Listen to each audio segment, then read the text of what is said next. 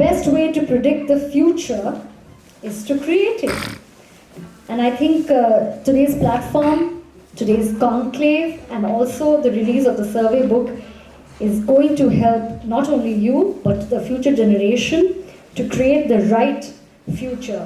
And along with that, thank you so much, Anuj Agarwalji, for addressing the gathering. I would now like to call upon the podium Mr. Saurabh Sanya, Secretary General, PhD Chamber of Commerce and Industry, to speak a few words.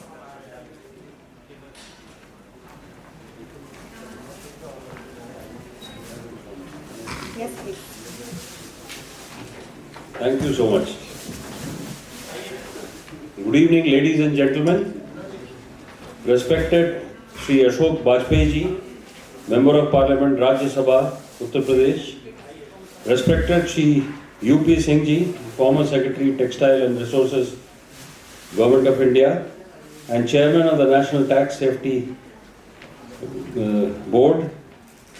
Commander V.K. Jaitley, President, IIT Kharagpur Alumni Association. Sri Mukesh Meena ji, DGP Goa and Special CP Crime, New Delhi. Distinguished members on the dais, other distinguished members, distinguished captains from the industry and academia who are sitting here, ladies and gentlemen, friends from the media, and my colleagues from the chamber.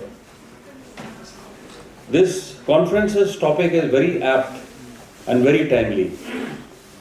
It is the academia-industry collaborations which always have been in conversation and will never go out of fashion. It was as relevant 10 years back as it is today. But yes, the change now is that instead of just lamenting about the lack of any linkages between the two sides, today we can take pride in witnessing something which we have been talking about for decades. Last week, on the July 1st, the Ministry of Science and Technology gave its approval for sending the National Research Foundation Bill to the Parliament. Once approved by the Parliament in the upcoming monsoon session, this bill will lead to the setting up of a National Research Foundation in India, which will transform the way the academia and industry have been working with each other, or rather not working with each other. NRF will provide high-level strategic direction to the scientific research in India as per the recommendations of the National Education Policy, which is commonly known as NEP, at a total estimated cost of Rs 50,000 crore in the next 5 years.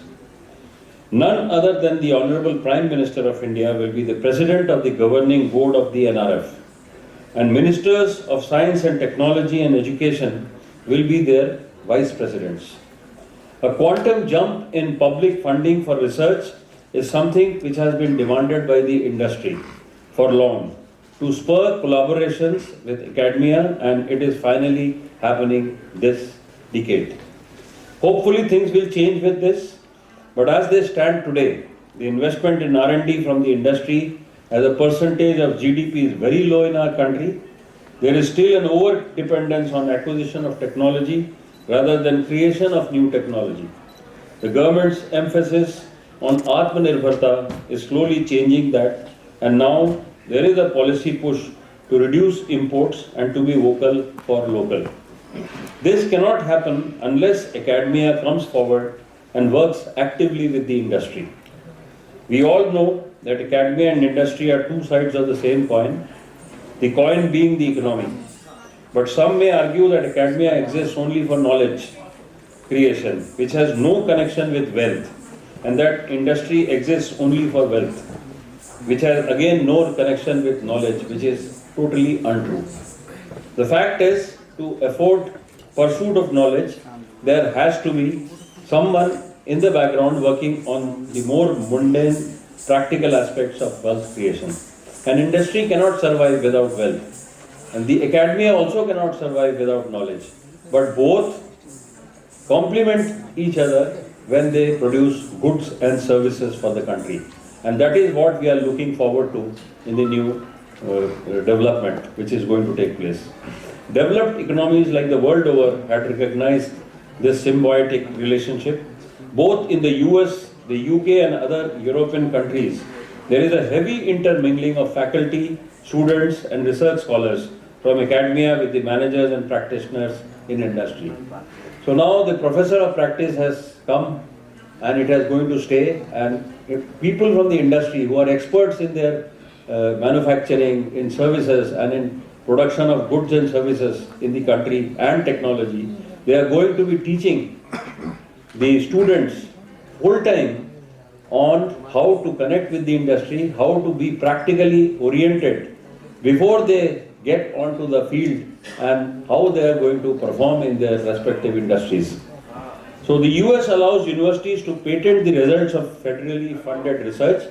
This has also started happening in India. Our IITs and IIMs are also funding the research which are being fielded by the industry for many decades now, and they are proving to give results. The European economy had initially focused on promoting, presenting and preserving art, culture and the historical heritage, and then evolved where they could afford to pursue the knowledge for the sake of it.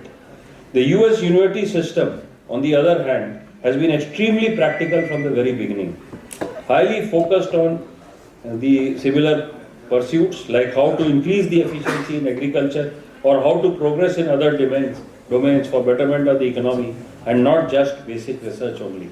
Research has to be oriented towards production. Research has to be oriented towards wealth creation. Without that, research has got no meaning. We are not going to our country cannot progress only by reaching moon or Mars.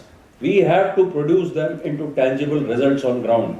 And that is what is the need of the hour. And that is why all this is going to take place in the NRF.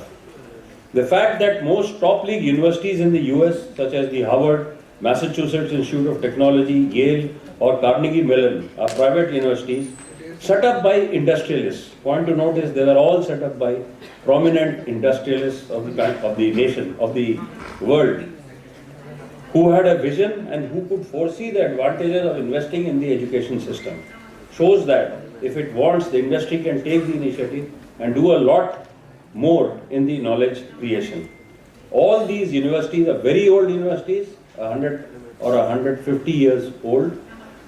Like the Carnegie Mellon was basically a steel industry. The founder, Mr. Carnegie, came from the steel industry, and it started its university in Pittsburgh, and today it's one of the renowned top Ivy League universities. All these universities are heavily interlinked with industry and have given rise to powerhouses like the Silicon Valley and the Media Lab of MIT. Yale has produced 5 US presidents, besides dozens of Nobel laureates. Harvard has done even better and produced more US presidents than any other institution of higher learning in the US. So what do we need to do in India? From the government side, there is adequate policy push, and there are several fronts which are today working on forging academia and industry collaborations. Foremost among them is the Office of the Principal Scientific Advisor to the Prime Minister, which is driving the initiatives like Manthan and the Manas Podiathon, which was held last month. I'm sure many of you would have participated in that. There are several technology frontiers on which the PSA's office is working, such as the artificial intelligence, quantum mechanics, semiconductors, smart mobility, where educational institutions are equally involved as well as the industry.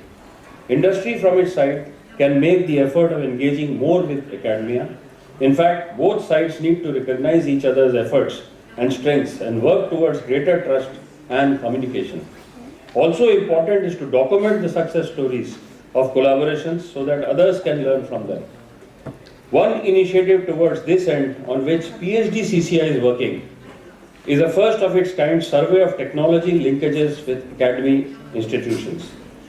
So far there is no such mapping available, and we are going to study this in detail.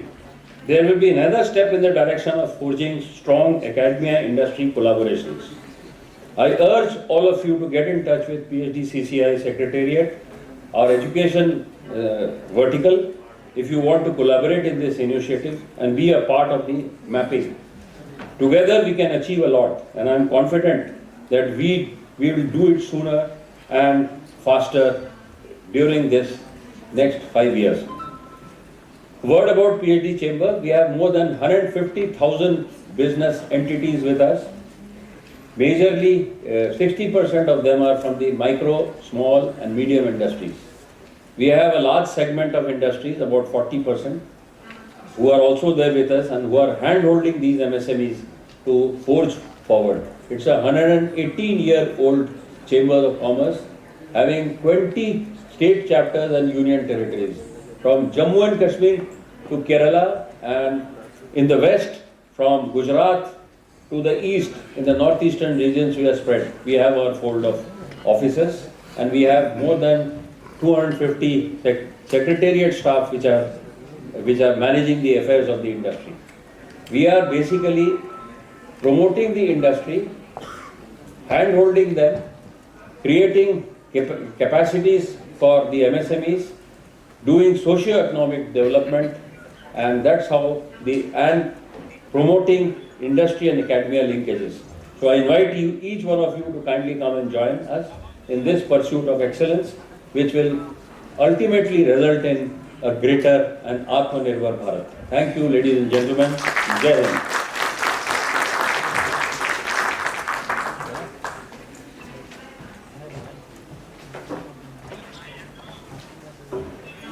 Thank you so much, sir, for your kind words. And it has been really amazing to have such notable people and eminent speakers to talk to us, address here today. And a huge round of applause for them once again, for our esteemed dignitaries who are seated here on the dais today. A huge round of applause. I would like to take the opportunity to call upon on the dais now Shri U.P. Singh Ji, former Secretary Government of India, to speak a few words. Thank you. A round of applause. Let's welcome.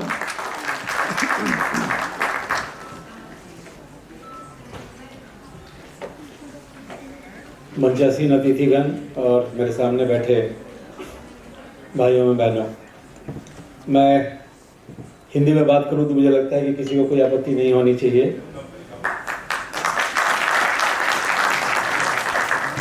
वैसे में जब भी मुझे कुछ बोलने का मौका मिलता है तो सबसे पहले मैं 2-4 लाइन अंग्रेजी इसलिए बोल लेता हूं कि लोगों को ये ना लगे कि शायद इनको अंग्रेजी नहीं आती है इसलिए हिंदी में बोल रहे हैं।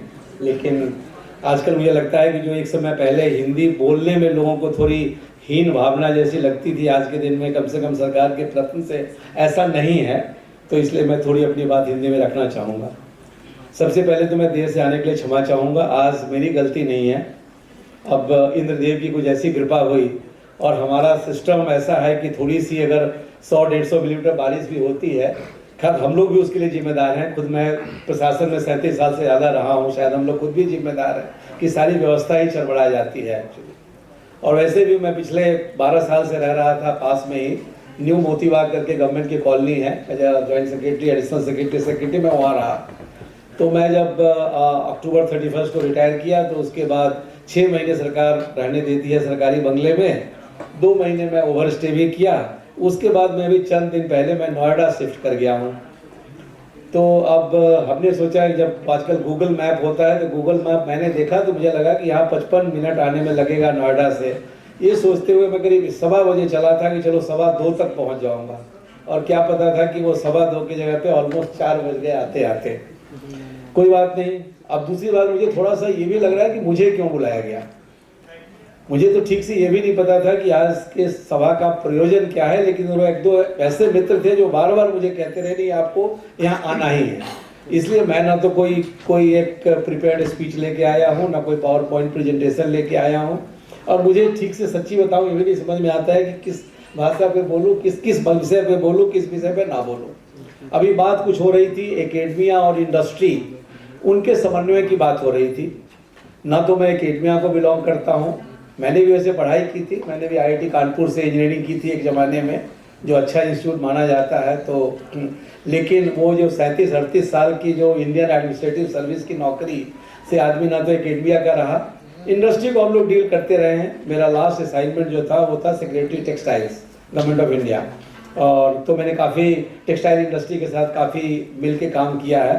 तो वैसे तो मैं कह सकता हूँ कि एकेडमिया से भी और इंडस्ट्री से भी पूरी डे वन से जब आप नौकरी ज्वाइन करते हैं, हमारी नौकरी ऐसी होती है कि आप एकेडमिया को भी डील करते हैं, आप इंडस्ट्री को भी डील करते आए हैं, और बड़ी अच्छी बात है। और जो इन्होंने बात कही, हम भी मैंने भी IIT से जब पास किया था सोचते थे चलो CMU जाएंगे। अब इन्होंने जैसे बता रहे थे कि कैसे Carnegie Mellon university was set up by और इंडस्ट्रियलिस्ट एक्चुअली, तो वो तो खैर उन्होंने बड़ी अच्छी बात रखी। मैं खाली यही कहना चाहूँगा, ज़्यादा कुछ नहीं कहना चाहूँगा, कि गवर्नमेंट का रोल भी हमने देखा है कि पिछले 37-38 सालों में, जब से मैं सर्विस में आया था 85 में, तो इतने दिनों में काफ़ी चेंज हुआ है। गवर्नमेंट जो है वो एक फैसिलिटेटर बनने की कोशिश कर रहा है। हम नहीं कह रहे कि हर आदमी कितना दूर तक सफल होता है, बट ऐसा कुछ नहीं है कि हम जो एक एडमिनिस्ट्रेशन या जो कलेक्टर बोला जाता था, maybe revenue collection was the main aim और व्हाटएवर इट मे बी, या डिस्ट्रिक्ट मजिस्ट्रेट जहाँ पे law and order was the major subject, उसके बजाय आज गवर्नमेंट ये कोशिश कर रही है कि डेवलपमेंट प्रोसेस को त्वरान्वित करने के लिए एक फैसिलिटेटर की भूमिका कैसे निभाए। तो right from the beginning, right from जो भी नया कोई बच्चा जब IAS में चुना जाता है, मसूरी एकेडमी में जाता है, तब से उसको जो अभी प्रशिक्षण दिया जा रहा है, ट्रेनिंग दी जा रही है, उसको इसी हिसाब से दी जा रही है कि कैसे वो एक अच्छा फैसिलिटेटर बने। ऐसा नहीं है कि मतलब जैसे इंडस्ट्री की बात हो, making profit is no longer bad word kind of. Government ऐसा नहीं है, गवर्नमेंट उनकी भूमिका भी उतनी ही अहम मानती है जितनी बाकी लोगों की भूमिका है। तो हम तो यही चाहेंगे कि जिस तरह से एकेडमिया इंडस्ट्री की बात हो रही है, उसी तरह भारत हमारा जो प्रशासन है और हमारी जो गवर्नमेंट है, गवर्नमेंट ने बहुत सारी नए इनिशिएटिव लिए हैं, जिससे कि या तो ईज ऑफ डूइंग बिजनेस हो, ईज ऑफ लिविंग हो, जिस ढंग से टेक्नोलॉजी का उपयोग करके चीज़ों को आसान बनाया जाए, इस दिशा में गवर्नमेंट ने भी काफ़ी काम किए हैं, प्रोसेस को त्वरान्वित करने की कोशिश की है। मैं चाहूँगा कि जो गवर्नमेंट की डिफरेंट स्कीम्स हैं, उनका कैसे एकेडमिया भी लाभ उठाए, इंडस्ट्री भी लाभ उठाए, और गवर्नमेंट के साथ मिलके जो प्रधानमंत्री जी का जो एक हमारे सामने उन्होंने लक्ष्य रखा है ना, आप सब लोगों ने जाना है कि एक अमृत काल का उन्होंने एक शब्द दिया है। अमृत काल की शुरुआत हो चुकी है। ये जो 75 ईयर्स से लेकर 100 ईयर्स तक का पीरियड है, ये 75 से 100 ईयर्स का पीरियड जो 25 ईयर्स का है, उसका माननीय प्रधानमंत्री जी ने एक ही टारगेट दिया है कि हमें डेवलपिंग कंट्री से हमें डेवलप्ड कंट्री बनना है। टारगेट वही है, और इसमें कोई ऐसी मुश्किल चीज़ भी नहीं लगती है। अगर हम ज़्यादा दूर ना जाएं, केवल अपना 400 साल का इतिहास देखें। मैं भी पढ़ता था, सबसे पहले कोई सुनते थे कि भारत सोने की चिड़िया कहलाती थी, तो मुझे लगता था कि पता नहीं क्यों कह रहे हैं, जहाँ डाल डाल पर सोने की चिड़िया बसती हो, बस करती हो बसेरा, वो भारत देश है मेरा। बट अगर आप हिस्ट्री को देखें तो 400 साल पहले हम क्या थे? हम वर्ल्ड का के 25% GDP को हम कंट्रीब्यूट करते थे। हमारे पास क्या नहीं था।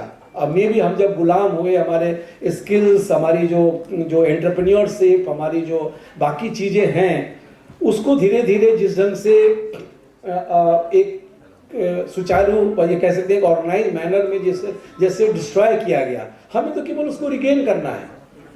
हम थे वहीं पे, हम 25%। आज के दिन में हम जब बात करते हैं कि हाँ भाई हम 5 ट्रिलियन इकोनॉमी होंगे, तो लोगों को लगता है कि पता नहीं 5 ट्रिलियन इकोनॉमी बड़ी चीज़ है। ऐसी कोई बड़ी चीज़ नहीं है एक्चुअली। अभी 5 ट्रिलियन इकोनॉमी की में हमने जितना प्रोग्रेस अभी कर ही लिया है, तो मुझे लगता है कि हम सब मिलके, मैं तो यही चाहूँगा कि ये जो हमारा अमृत काल के लिए जो हमारे प्रधानमंत्री जी ने जो हमें लक्ष्य दिया है, उस लक्ष्य में हम लोग आगे बढ़े। और मैं ज़्यादा नहीं कहना चाहूँगा। मैं तो जो लास्ट जो मेरे असाइनमेंट थे, उससे 1 या 2 एग्जाम्पल मैं देना चाहूँगा कि लास्ट मेरी असाइनमेंट थी मिनिस्ट्री ऑफ टेक्सटाइल्स में। अब हमने अभी आप लोगों ने पढ़ा होगा बीच में कि हमारे पास मेगा टेक्सटाइल पार्क करने की बात हुई है। क्यों इसकी बात हुई? क्योंकि हमसे जो हमारे पड़ोसी हैं बांग्लादेश की सक्सेस स्टोरी जब भी कही जाती है, तो उसकी सक्सेस स्टोरी टेक्सटाइल की कही जाती है। तो क्यों वो हमसे आगे बढ़े? क्योंकि उनके पास स्केल है, हमारे पास स्केल नहीं है। हमारे जो ये textile industry, because of certain policies in the past, is a very fragmented industry. आप देखते होंगे कि मतलब कहीं पे धागा बनता है तो कहीं पे उसकी वीविंग होती है, कहीं स्पिनिंग कहीं और होती है, वीविंग कहीं और होती है, वो आखिर प्रोसेसिंग कहीं और होती है, उसकी जो फिनिश प्रोडक्ट कहीं और बनते हैं। इस प्रोसेस में क्या होता है कि एक तो जो इतना सारा जो फ्रैगमेंटेड वैल्यू चेन है, इसके चलते टाइम भी बहुत लगता है, कॉस्टली भी हो जाता है। तो जैसे मैं एक एग्जांपल दे रहा हूँ कि आज जो पहले फेज में 7 मेगा टेक्सटाइल पार्क बनने जा रहा है, उसका मेन पर्पस है कि एक ही छत के रूप के अंदर हम ऐसी world class plug and play facility create करें कि सारा कुछ, मतलब एक तरफ से आप समझ लीजिए कि कॉटन या कोई दूसरा रॉ मटेरियल आए और दूसरी तरफ हमारा फिनिश प्रोडक्ट बन के जाए। ये केवल एक मिनिस्ट्री के एक स्कीम की बात कर रहा हूँ। आज हम टेक्निकल टेक्सटाइल की बात कर रहे हैं बड़े जोर शोर से। टेक्नोलॉजी, अब आज के दिन में हमारे ऐसे रिसर्च करने की जरूरत है कि बहुत सारे ऐसे मटेरियल हैं जिनको आप नहीं जानते हैं कि ये टेक्निकल टेक्सटाइल है, लेकिन वो टेक्निकल टेक्सटाइल का भी अपना बड़ा एक फील्ड है जिसमें हम सोच रहे हैं कि इंडस्ट्री और एकेडमिया मिलकर वहाँ पर हमारे रिसर्च करने के भी अच्छी खासी फंडिंग है, उसका फायदा निकाल के उसमें भी काम किया जाए। तो ये 2 उदाहरण मैंने इसलिए दिए, ये तो मैं एक छोटे से मिनिस्ट्री और टेक्सटाइल की बात कर रहा हूँ। इस तरह भारत की सारी जो मिनिस्ट्रीज है उसमें बहुत सारे अच्छे इनोवेटिव आज के दिन में स्कीम्स लाई गई है। PLI स्कीम के बारे में आप जानते हैं, प्रोडक्शन लिंक्ड इंसेंटिव स्कीम, जो करीब 12-13 सेक्टर में आज के दिन में काम कर रही है और अच्छे रिजल्ट्स मिलने शुरू हो गए हैं। तो मुझे लगता है कि एकेडमिया, इंडस्ट्री, सरकार सब लोग मिलकर काम करें तो जो माननीय प्रधानमंत्री जी का एक सपना है, हम सबका जो सपना है कि हम ज़्यादा दिन दूर न रहे जब हम एक विकसित राज्य, विकसित देश के रूप में जाने जाएं और हमारा जो खोया हुआ गौरव है उसको हम पुनः प्राप्त कर सकें। मैं ज़्यादा समय नहीं लेना चाहूँगा, बहुत वक्ता लोग हैं और देर से आने के लिए फिर से एक बार क्षमा। बहुत बहुत धन्यवाद।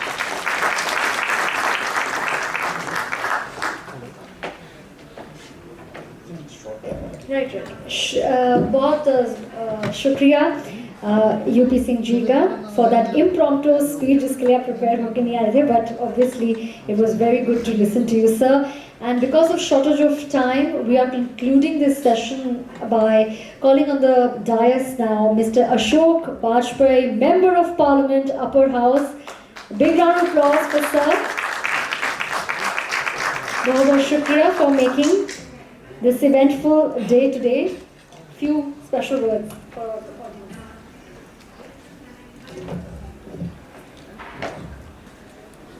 अभी हम सब लोग श्री यूपी सिंह जी को सुन रहे थे, जो लंबी प्रशासनिक सेवाओं और लंबे अनुभव के बाद अवकाश ग्रहण किए हैं और अंतिम जो नियुक्ति उनकी टेक्सटाइल में रही है, मैं समझता हूं जिसमें तकनीक की और भारत की विशिष्टता की एक अलग जगह दुनिया में रही है।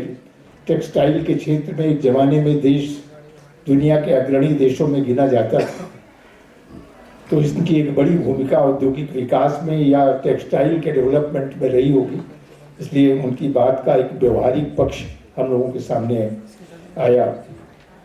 मैं Shri Saurabh Sanyal ji, secretary general PhD chamber of commerce and industry, Shri UP Singh ji, former secretary government of India, Shri VK Jaitley साहब, नेशनल कोऑर्डिनेटर, श्री अनुज अग्रवाल जी, श्री संजीव शर्मा जी, श्री अभिषेक दुबे जी, श्री मयंक मधुर जी, श्री अशोक जी, विक्रम सिंह जी, पूर्व DGP, मुकेश मानस जी, श्री प्रियरंजन त्रिवेदी जी, और आज के इस बिजनेस मीट में PSD ऑफ हाउस में पधारे हुए सभी honourable guest, brothers and sisters, आज मैं समझता हूं जिस विषय पर आज की ये चर्चा यहाँ पर रखी गई है बहुत ही महत्वपूर्ण है कि एकेडमिया, इंडस्ट्री और कंट्री के डेवलपमेंट, इन सारी चीज़ों को अगर हम यहाँ के इंडस्ट्रियल डेवलपमेंट को एकेडमिया से जोड़ें तो देश की दशा और दिशा दोनों परिवर्तित हो सकती हैं। आपने देखा जिस तेजी के साथ पिछले 8-9 सालों में देश ने प्रगति को नए सोपान गढ़ने शुरू किए हैं, उससे ये उम्मीद जगना स्वाभाविक है कि जो प्रधानमंत्री जी ने 2047 का लक्ष्य रखा है कि भारत जब तक अपनी आज़ादी के शताब्दी वर्ष पूरा करेगा, हम विकसित देश के रूप में दुनिया में अपनी जगह बना सकेंगे। ये तभी संभव होगा कि हमारे देश का जो शैक्षिक जगत है, जो हमारे तमाम विश्वविद्यालय हैं, यहाँ पर केवल शिक्षा, पुस्तकीय ज्ञान या केवल डिग्री देने तक सीमित न हो, शिक्षा को कैसे उद्योग से जोड़ा जाए, कैसे नए नए इंटरप्रेन्योर डेवलप किए जाएं और नई तकनीक को हम कैसे विकसित करें, इस दिशा में हमको प्रयास करने की आवश्यकता है। मैंने देखा कि भारत सरकार ने पिछले इन 8-9 सालों में जिस तेजी के साथ रक्षा के क्षेत्र में, जहां एक छोटी से छोटा उपकरण भी रक्षा का हमें बाहर से ही आयात करना पड़ता था, लेकिन आज भारत सरकार के प्रयासों से, डीआरडीओ के परिश्रम से और तमाम देश के आईआईटीज के साथ जो कोऑर्डिनेशन करके डीआरडीओ ने नए नए इनोवेटिव प्रोजेक्ट लेकर के और नए नए रिसर्च और डेवलपमेंट पर जोर देकर के जो आज प्रयास किया है, उसका नतीजा है कि आज बड़ी संख्या में हमारी सेना के लिए उपयोग किए जाने वाले उपकरण, उनका देश में ही निर्माण हो रहा है। और पिछले 1 वर्ष में हमने 1 लाख करोड़ से ज़्यादा वो पैसा जो हम तमाम रक्षा के उपकरण बाहर से मंगाते थे, उसका 1 लाख करोड़ रुपए का हमने अपने जो हम आयात करते थे उसमें कटौती करने का काम किया है। और इतना ही नहीं कि हम अपनी आवश्यकताओं की पूर्ति करने के साथ साथ हम अपने उत्पादों को निर्यात करने का, रक्षा उत्पादों को निर्यात करने का जो लक्ष्य हमने बनाया है, उस दिशा में भी देश आगे बढ़ रहा है। ये तभी संभव हो सका कि डीआरडीओ की रिसर्च, डीआरडीओ ने इस पर जोर दिया कि हमको आज रक्षा के क्षेत्र में जो देश की आवश्यकताएं, देश की रक्षा संबंधी तैयारियों को आत्मनिर्भर करने के लिए हमको उन उपकरणों की जो हमें देश की सुरक्षा के लिए जरूरी है, उनका देश में निर्माण करेंगे, तभी स्वावलंबी भारत बन सकेगा। और हमारे वैज्ञानिकों ने तमाम विश्वविद्यालय और आईआईटी से मिलकर के वो इनोवेटिव रिसर्च के माध्यम से नई नई तकनीक को विकसित किया और विकसित करके इंडस्ट्रीज को बुलाया, ऑफर किया कि ये हमारी तकनीक है और इसके ऊपर आप प्रोडक्ट बनाइए। पूरी टेक्नोलॉजी और पूरा उसका नो हाउ डीआरडीओ ने, हमारे आईआईटी ने तैयार किया और इंडस्ट्रीज ने उसके लिए जो प्रोडक्ट बनाए, जिसे देश की सेना में आज उपयोग हो रहे हैं। और उन सारे उद्यमियों को एक बड़े पैमाने पर तमाम आर्मी से ऑर्डर मिले और उस दिशा में वो लोग आगे बढ़ रहे हैं। और आज इंडस्ट्री भी उस दिशा में रुचि लेकर अपने प्रयासों से उसको और कैसे विकसित किया जाए, कैसे डेवलप किया जाए, इस आवश्यकता पर बल देने का काम किया।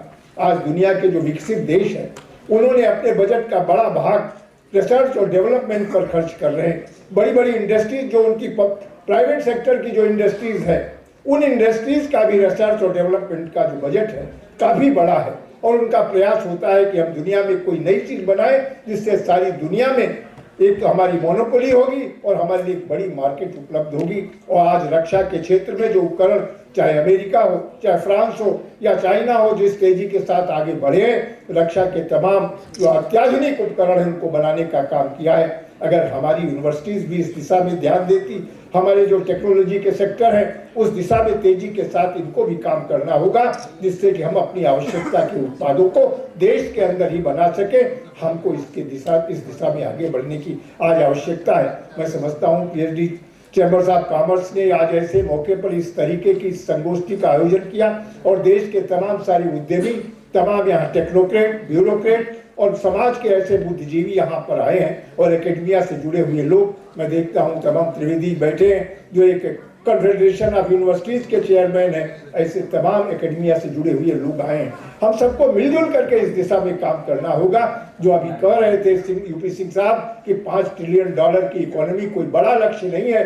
एक बार अगर देश खड़ा हो जाएगा तो $5 ट्रिलियन की इकोनॉमी नहीं, कहीं उससे आगे देश बढ़ के जाएगा। और जो हमने 2047 तक देश को स्वावलंबी बनाने का हमारा लक्ष्य है, विकसित देश बनाने का लक्ष्य है, उसको हम 2047 से पहले ही प्राप्त कर सकेंगे, बशर्ते इस दिशा में इनोवेटिव एजुकेशन हो। आज तमाम नई नई यूनिवर्सिटीज खुलती जा रहे हैं। कोई शहर ऐसा नहीं जिसमें 1 दर्जन से कम विश्वविद्यालय हो, लेकिन उन विश्वविद्यालयों में क्या हो रहा है? केवल डिग्री की इंडस्ट्री बन करके रह गई है। उनको बीए, बीएससी, बीकॉम की डिग्रियां बांटते घूम रहे हैं। उससे देश के लिए हम क्या कर रहे हैं? क्या वहाँ रिसर्च, उनकी रिसर्च लैब में देखिए रिसर्च में क्या काम हो रहा, R&D पे कितना ध्यान दिया जा रहा है, नए इनोवेशन पे क्या चिंतन हो रहा है। आज लोग पीएचडी सबमिट कर रहे हैं, डीलिट कर रहे हैं, लेकिन उन पीएचडी, डीलिट या डीएससी के पीछे क्या नई चीज बनाने जा रहे हैं, नया क्या उन्होंने अनुसंधान किया, शोध किया, जब तक इस पर मिलजुल बैठ कर के बात नहीं होगी तब तक हम देश को उस तेजी के साथ विकास की दौड़ में आगे नहीं ले जा सकेंगे। इसलिए आज का ये इतना सामयिक विषय है कि हम विश्वविद्यालय की जो हमारी हायर एजुकेशन है उसको हम कैसे